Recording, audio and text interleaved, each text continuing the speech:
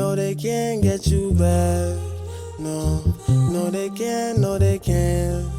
No. Oh, What's good, guys? It's Arsenal versus Newcastle. Last home game. Team sheet is here, by the way. Last home game this season. And I'm not even going to say normally at this time it's a somber mood and it's like, time for reflection. But this ain't the day for that. This is the day for an Arsenal victory. Haven't beaten these guys in a while. And if Newcastle win today, they will jump Arsenal for second place in the Premier League. And guys, that's not going to happen. We cannot let that happen. We have to bring the force today. I've gone for an Arsenal 2-1-0. Might be 2-0. But I'll go for 2-1 for now. Biggest changes is obviously Ray and goal. Ben White again at right back. Timber's not in the squad and neither is Moreno. So it's Ben White right back, Kivior, Saliba, Mars Lewis-Skelly. In the middle, it's your Three Musketeers quartet. It's Partey, Rice and Odegaard. And up front, again, it's Martinelli, Saka and Trossard. It's good to see Kai Havertz on the bench. My panelists will tell you that I've been telling them from beginning of March that he was going to come back for this date, which is the what I've been told by my sources. And so here he is. So once again, the medical team was bang on with his recovery. Well done to them. And let's hope that he comes on and gets a nice goal for today. But biggest news today is Callum Wilson starting up front for Newcastle. Isak is going to be missing the game. So this is probably one of the biggest games for them this season, outside of the League Cup win, because of where they want to get into the top four. Now, it's so tight up there. Any loss or drop points could see third, fourth, fifth drop out. It's that crucial right now. So this isn't a game that Newcastle wanted him to miss. This is a game that Eddie Howe, no doubtly, is going to be going for.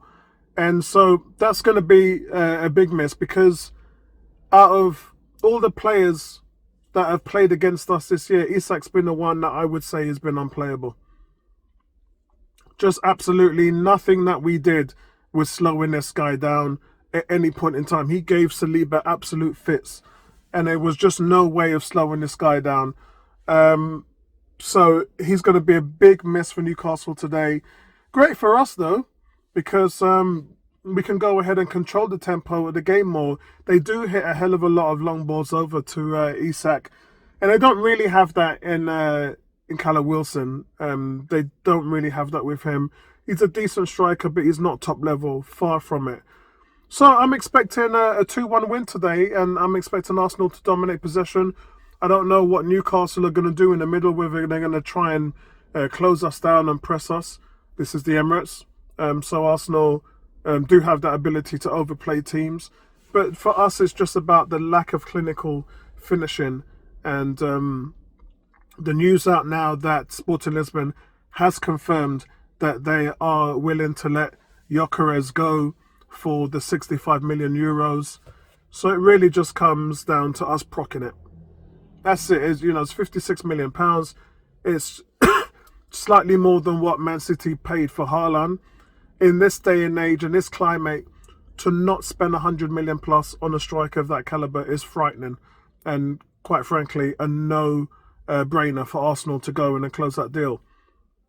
It's relatively down to whether they want Sesko, who's potential, or whether they want production in Gyökeres. And so my heart is leaning with Gyökeres.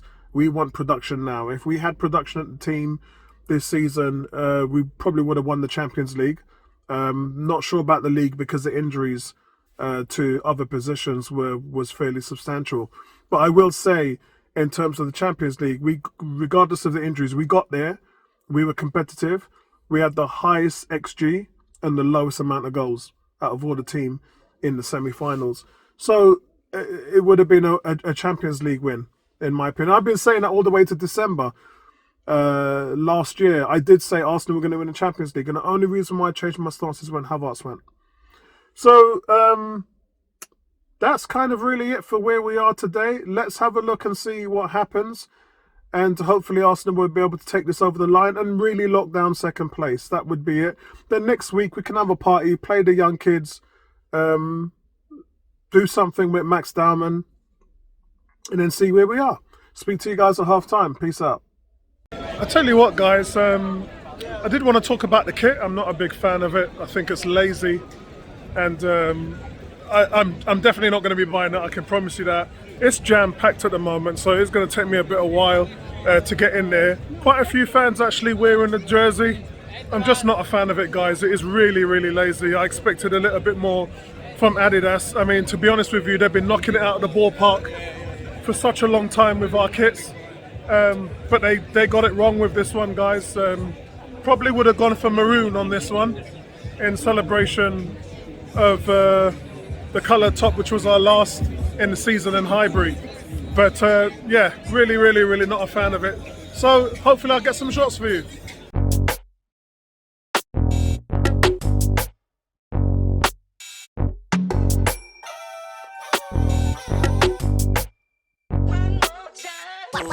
Tough brother, that's word to me father. When I'm in the villain, but I'm really Peter Parker. Been through shit, I got a story like Saga. Even when I'm low, I step like Met Gala. High fashion, more drip, more passion. Big talent, big heart, they can't manage. Got sauce, I'm the runway assassin. Met Gala things, I stay fly like dragon, yeah. I got the recipe, got your booty for me. I don't want your ting, boy, come collect stuff from me. Ain't looking back, man, I'm looking to the left. Cause when my bro switched up, that really affected me. Whoa, I move like the Flash, but I'm taking things slow. Red and yellow drip on my way to the dough. Married to my craft, so my skin's on glow. Ain't marrying no BITC. So far you see that gliss, that man's all a trim. They see that bling bling, I know they can't resist. My diamonds outside Chris, my car that shit like Chris. I'm staying on it, nigga staying on this. I'm fashion, more gym, more passion. Big talent, big heart that can't manage. Good sauce, I'm the runway assassin. Make all the things I stay fly like dragon. Yo, high fashion, more drip, more talent. Singing stunting for that fame with no raw talent. Put them in the bin, I dust away that raw trashing. Still thrashing, that hater just won't happen. You want a lease on life, get some buzz and get some hype. It's enough to make me wanna come and set the price. It's enough to make me wanna come and set it right. It's enough to make me wanna come and press your life. Learn a lesson, you're begging for it, come and check it. I hold it down and toss you round, you need some more setting. I amplify it. Yeah, guys, I hope you got a good shot of that because I wasn't impressed. They did have some casual shirts which I thought was good.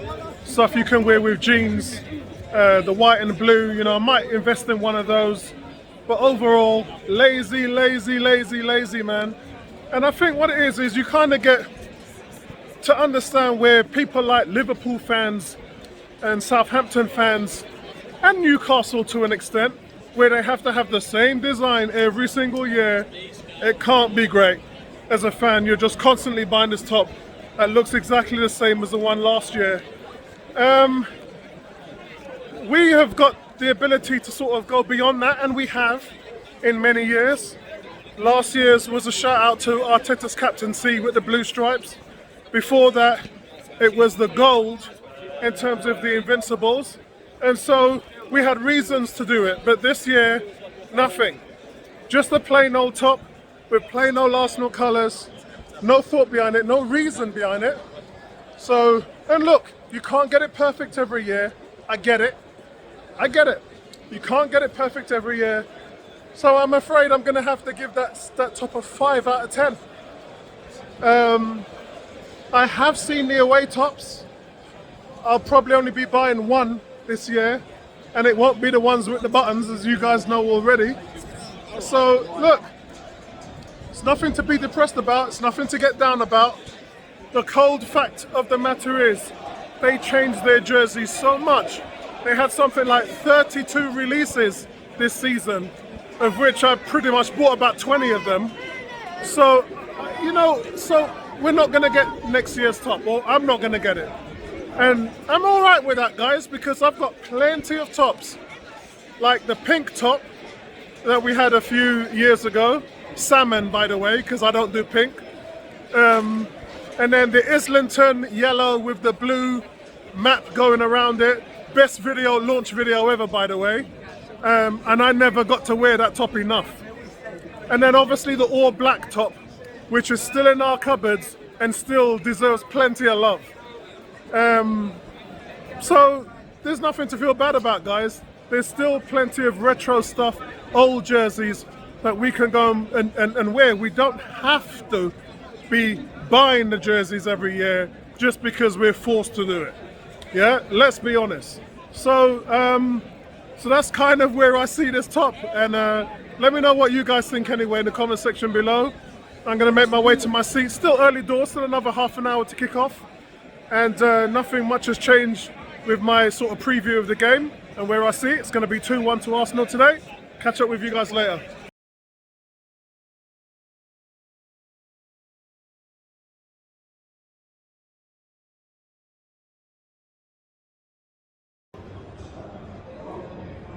What on earth was that we just watched? So it's 0-0 at half time, and if it finishes like this, Arsenal will finish second. But if that's not the worst half of football I've seen this season from Arsenal, then I don't know what is. We look clueless. And look, credit to Newcastle. They've come here, they've looked gamey. They're a big, strong, physical team. And they play a lot of the long ball up forward. They were doing that for the first 20 minutes, and that wasn't working because they didn't have Isaac. Raya's getting off his line really quickly. But it just stems from us just not having any energy in the game whatsoever. David Raya made 2 bad passes playing out the back, and that was due to the fact that no one's running into space, so he's got no target. Every time our wingers break, and we've got a chance to get them on the back foot, we've got no support going through the middle, and that's been the story of the first half. We just look bad, guys. We look absolutely off it today. I don't know it was so bad, the referee blew the whistle at 44 minutes and 58 seconds. It weren't even 45 minutes here. It's the first time probably I've been at the Emirates where I've ever seen the referee blow the whistle before half time. So look, it's good because Arteta can get the guys to regroup. There's a lot we need to do. Cannot wait to see Kai Havertz back on the field. Got a big standing ovation when he started warming up. But we need to get something going on here. They go in low block. Thomas Partey, when he gets the ball, is struggling in transition. There is nothing to hit in the final third. Nothing. The guys on the wing, when they break, there's nothing to hit in the middle. It is absolutely atrocious what we're seeing here. And we're lucky not to be 2-0 down. So yes, Raya made the 2 mistakes, but he's also made 3 great, fantastic saves. One was a double save. I think that's his 5th double save this season. And man, God, I can't even add anything more to this, guys. We look bad. Trossard looks gamey. He's supposed to be centre forward. He's the one that's running and putting the effort and the energy in. Saka's not got into the game at all. Saka is isolated. He's not moving around. He's not penetrating the back line. He's just not challenging. He's having a very poor game today, Bukayo Saka. Martinelli's looked a little bit more different in terms of his energy. A couple of times he probably could have sent it down the middle and beat his man, but he didn't. But he has rotated with Trossard in terms of left wing and centre forward, but nothing's working, guys. Declan Rice on a couple of occasions has tried to go advanced, but we just lack the numbers in the attacking sense, and there's nothing to hit on the back end. So this is a struggle, this one. Don't really have anything more to add. Speak to you guys at full time.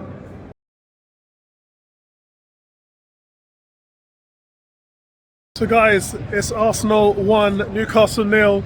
All's well that ends well. And a couple of late substitutions, Kieran Tierney, Jorginho coming on, giving a chance to say goodbye to them. They did improve in the second half and look much more dangerous. A lot of people sometimes say you depend on the 12th man, but sometimes the 12th man is the one that gets the job done, especially when the players gives them something to cheer on for. So for me, guys, this means that Newcastle now need to win next week in order to get any chance of going into Champions League. And as things stands, Manchester City could be out. So my man of the match is going to be David Raya with the double saves. Absolutely brilliant from him. But we'll get something done for you guys in a week and see if we can have a live chat. Speak to you guys later, man. Peace out, everyone. We made it this far, so I can't complain. Let's take a trip down memory lane.